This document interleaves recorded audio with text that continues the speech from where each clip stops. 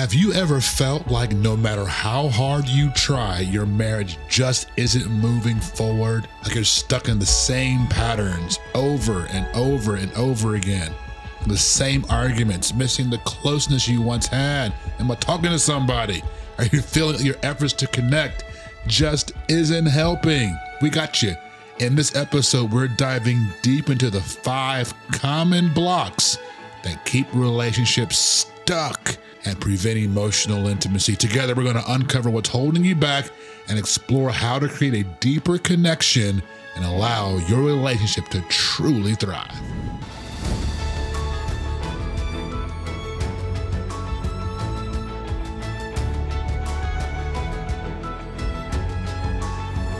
Welcome to the Home to Haven podcast, the Home to Haven podcast. We are your host. I'm Terrell. That's Jen. We're the Turners, and this is your home for faith-filled content that helps you communicate in your relationship. So if it's your first time tuning in, downloading, or you came across the video, welcome. You're in the right place. You've been searching, you've been looking, I've been trying to find something for my relationship. This is it, right? Again, we give you faith-filled content, so we're going to speak to you there and give you truth from God's word. So, episode 88? 87. 87? 87. That was close. Yeah. Don't skip ahead, but 87.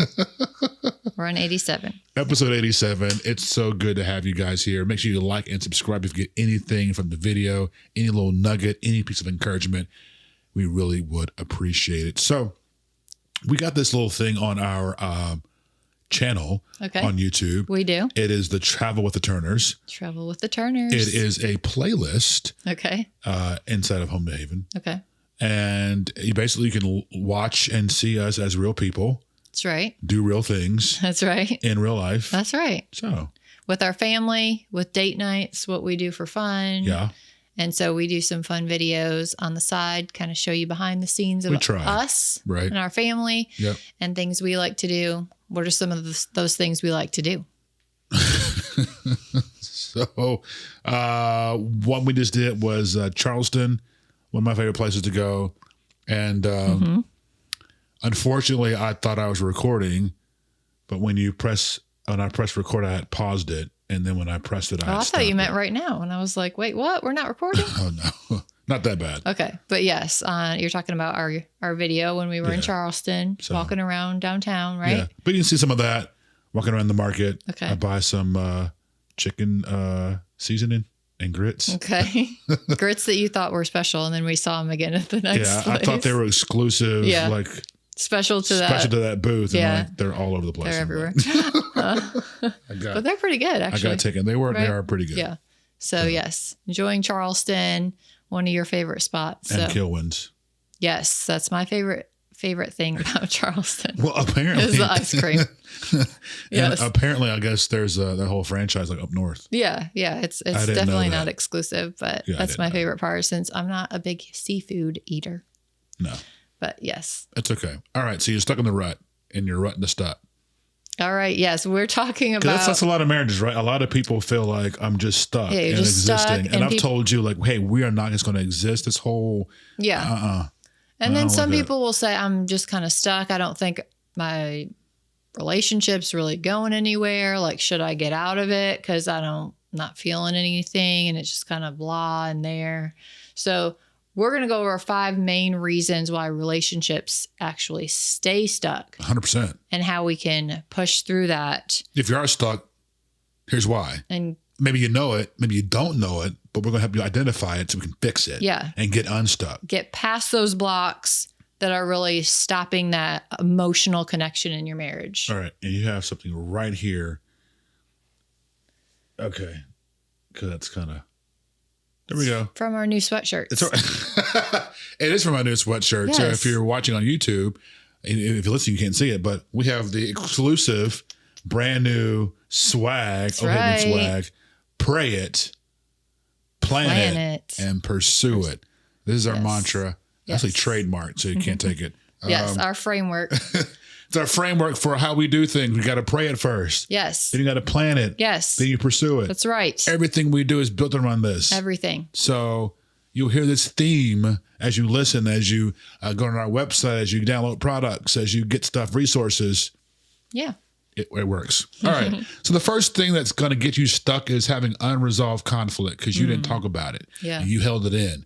And you developed a grudge. That's right. And it's just sitting there brewing. Yes. Like a big old Alka-Seltzer bubble of bubbles.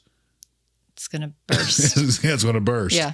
And so unresolved conflict, things that have not been worked out, keep you stuck. You're like, well, Terrell, I've tried. Every time I try, it goes into this big argument. And so because we never resolve it. And it's this never ending cycle of blah, blah, blah, blah. Or like you said, reoccurring issues. So things that seem to pop up. I felt that way a lot. Like, hey, this is not the first time we've had something to talk about, right? Like it kind of resurfaces. And sometimes you might let that, make yourself feel a little defeated. Like, hey, we've already been through this. Why are we doing this again? Like, why is it coming back? And so not letting that negative mindset get to you when it does come up, but ultimately when you don't resolve that conflict and just kind of like throw it to the side, that is what is it keeps the main coming block. back because you haven't resolved it. Right. It keeps coming back because you haven't learned yet. Okay. So they don't know. Right. So you've got to commit to, all right, we're going to resolve this. This is going to get fixed. No matter how hard it is, no matter how long it takes today, we're going to get this. And so maybe you got to block out a whole day or a whole hour. Call in sick. Get some, get some water and some tea and some snacks. And we are going to figure this out today. We get it resolved, or today we make the decision, or today it happens. Yeah. Right. And you got to commit to, when you enter that conversation, what outcome do you want? That's good. Okay. Do you want it to work out? Do you want to have understanding? Do you want a big blow up? Okay. And then whatever the outcome is, you work backwards from there. And that's how you carry yourself in the conversation. Yeah, that's really good. Because a lot of the times you'll just go in saying, okay, we got to fix this. And you're just kind of, that's as far as your vision is, right? And you haven't really set that, okay, this is what we're working towards. How are we going to get there? How are we going to push through the conflict to get the result, like you said, that we want, that what we're striving for. So that's really important. Today, after this conversation, I don't want to hurt anymore. Today, after this conversation, I need to understand this, this, and that. And through that, we can make this decision. Today, after this, whatever the goal is, and then that issue no longer is there because you have worked through it and resolved it. So it takes commitment. It takes work. And you can't run from it. And it takes being vulnerable and being open and honest. These simple concepts, but it's really important. Yeah, absolutely. So unresolved conflict. Number 2, unspoken expectations. I'm guilty of this one, where I never told her or Jen what I thought was in my head. I just had this thing I expected and never communicated it. So I kept getting frustrated because she would do things that I never told her. And so unless you communicate your expectations or what you are having in your head, hopefully it's not unrealistic, but if you don't express those expectations, the other person can't fulfill them. Right. And those unspoken, I guess, expectations or uncommunicated expectations a lot of times can lead to like disappointment or resentment. 100%. So like just a simple example, maybe I have in my head, I expect Terrell as the man of the house to take out the garbage. Right. So when the trash gets full, I expect the bags to be taken out and new bags put in. So I can harbor resentment every time I open up the trash and it's super full and I can't even get something in there. And I might think, he doesn't even care. Not even a man. Look at this. He doesn't care. Maybe you said that one time that you would do that. And maybe, so now I'm thinking, well, he doesn't even, follow through on his promises or anything like that. I'm not. And I go down this long, dark tunnel of lies. The enemy starts feeding you because the mind is the battleground, and you start going down this long tunnel. And who told you that? That's the first thing God told Adam and Eve. Who told you? Who gave you this information that's not true? And so, we've had that conversation of who told you that? That never came out of my mouth, but the enemy would feed that to you, and it creates resentment. Yeah. Another example of unreal expectations is I had never said, hey, I want to be greeted when I come home. And so that was something he wasn't used to. And I would come home and no one came outside and I'm all hurt and I'm upset. They don't care. They don't love me. Right. Going down the rabbit hole of the lie until I said, hey, I would really like it when I come home that you all come out and greet me and hug me and just, act like you like me. That would be kind of cool. Right. But I would think that that's normal or that should be automatic, but it wasn't. And that's okay. Yeah.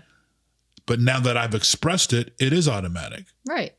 And then also when you are feeling that those thoughts in your head, like he's not taking out the trash, a lot of times I'll react to other things that you do. And really the reason is you're not taking out the trash, but I'm just mad at you the whole rest of the day, or like I won't speak to you, or silent treatment, or make sure I'm in a different room than you because, I'm stewing about the trash not being taken out. So that will lead to other things because you haven't communicated those expectations and had those honest conversations with each other. And again, doesn't have to be a heated argument, but hey, I really feel like the trash could be a chore that you could take care of. Do you feel like you could do that? Or are you willing to do that and have a conversation about it? And not let that fester. Right. Because it takes number 3, emotional baggage. Oh, okay. Emotional baggage will keep your relationship stuck. And it works on both ends. But typically my sisters have, you can at me. Typically my sisters have the emotional baggage because you guys are emotional creatures. Okay. That's how God wired it. Okay. How it is. So we're more emotional. Yes. And so we carry things with us into the relationship or through the relationship? Probably both. Okay. Right? Okay. And so your example of the trash and that festers over into a whole other, all other kind of stuff. And men can be emotional too. I'm not saying men can't be emotional. Yeah. Yeah. But, having things that happen throughout the day or even from our past that we have not let go of, and that causes us now to treat someone a certain way. An example of this was a lady I had to counsel many years ago because in her first marriage, she unfortunately was the victim of being cheated on. Right. And so because she never got resolution over that and got counseling through that, she entered into her second marriage. Her second marriage, her husband traveled, and she was bonkers because she couldn't handle if he didn't check in at the exact time he said and he was on the road. She'd go bananas. She's assuming things. She's assuming things based on her past that she never let go. Right. And this dude was a good dude. Yeah. Loved her, faithful, committed, sold out to Jesus. And, so you got to work through those things, make sure you get healing and wholeness from whatever has happened, that you don't carry it over and then begin to treat someone based on something that someone else did. Yeah, absolutely. Versus this. That's right. And then number 4 is really our busy lives. We all are busy. We all have a lot of stuff going on, right? Yeah. So we have work, we have kids, we have sports, we have schedules, meetings, everything. So our busy lives, and just not taking time to be intentional with putting our relationship first or as a priority. Right. Right. So we have our daily responsibilities. We have to go to work to make money. And so a lot of the times we'll do those things first. And so our relationship falls down the totem pole. 100%. And a lot of the times they might get the last of you or the end of you at the end of the day. Yep. And so that really creates a block in pushing through that emotional, blockage. Yeah, like we just said, they get the last of you. And so how many of us are guilty of our family, our spouse getting the last of us? God getting the last of us, right? But especially the people that we're interacting with, getting our leftovers. We may prepare for a big presentation. Yeah. Or we're preparing for, a client meeting that we have, and we want to be fresh, and we take a shower, and we prepare, we go over notes. But when it comes to our spouse, whatever. Right. So, giving our spouse some attention and giving them our best. And when we're not at our best, letting them know, I'll be like, yo, I'm probably kind of snappy. It's not you. I'm not feeling that great. Or I got a lot going on today. My mind's all over the place. So not really in the mood to talk. So I try to give you heads up when I know I'm not in my best state to be around at this particular point in time. Why? Because I don't want to damage you. I don't want to hurt you. I don't want to create any kind of rift or divide that we can't bridge. And that's helpful, right? Because in that situation, he's communicating to me. And so I know, okay, it switches from, thinking that you're mad at me or making me feel the same way back to you. And it makes me feel, well, how can I help him out in this situation, right? He let me know he's not feeling the best. Yep. Is there anything I can get him or help him or support him through this, instead of just you snapping at me and then I'm going to do it right back, like kind of tit to tat type of thing. And another big one before we move on to number 5 that goes along with this is just the tech distractions that we have.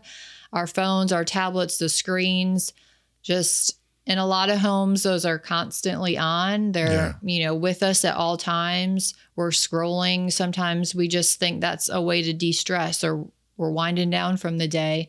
But that definitely sets the atmosphere. Having those screens, they might be at the dinner table with you. You might just always have the TV on instead of, time to talk.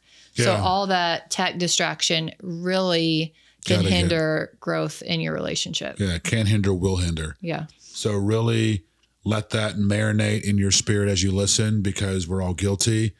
Do not let a phone or a tablet or a app put a wedge in something that's holy and precious that God has given you. Yeah. That's your children. That is your spouse. That is your family. Do not let that stuff be a distraction. So we would encourage you, have a time during the week where it is a tech-free time. That could be Family Fun Friday. That can be from 8 to 10 p.m. on a Friday. It could be breakfast on Saturday from 7 to 8. I don't know. But you need time in the week where devices are off and you get eyeball to eyeball, face to face, breath to breath, nose to nose, heart to heart, and have some communication and have some conversations and connect. Because that's the big part of it. You are not fully connecting with somebody when you have like this in front of you. 100%. Like, yeah, what are you? Right. Yeah, I'm listening. I got to get this email sent. I'm still listening. Or not even saying what you're doing. Yeah, I'm listening. Yeah. No, you are not. Yeah. This is stopping, right? The screens are stopping that true connection. So that's extremely important. Yep. And number 5, we're going to wrap it up, is that fear of vulnerability. So you're scared or you're fearful of either rejection or judgment, or something is stopping you from being able to just be completely open and honest with your partner.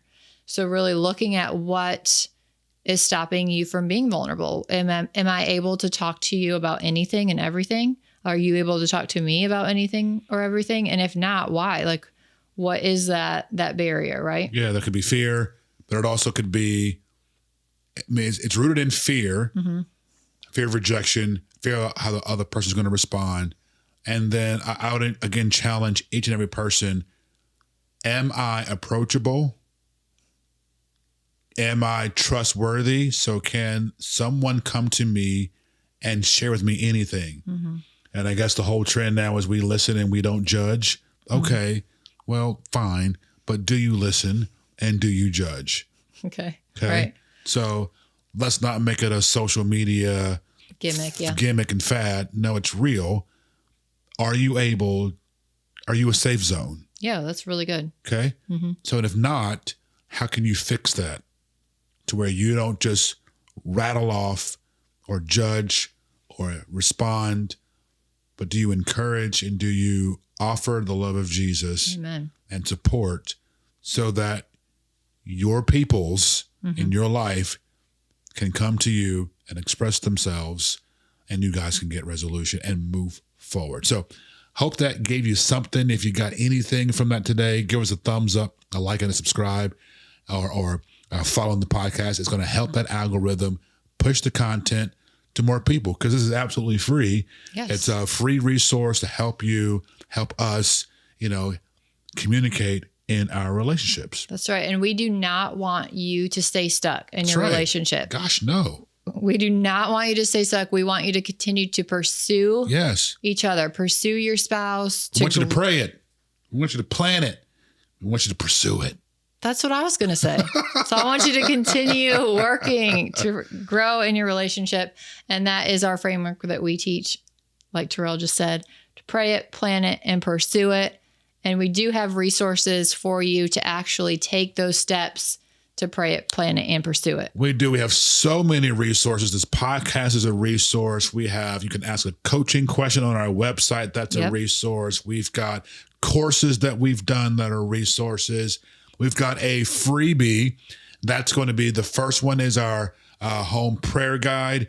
That will give you some prayers you can pray over your home, over your relationship, get you started. There's 5 powerful prayers every relationship needs. You can get that. We have our home to Haven planner. There's a free resource for that, kind of the starting point for kind of mapping things out. You can go a step further and get the 2025 full version, where you can go through every single month, map out your home to purpose statement.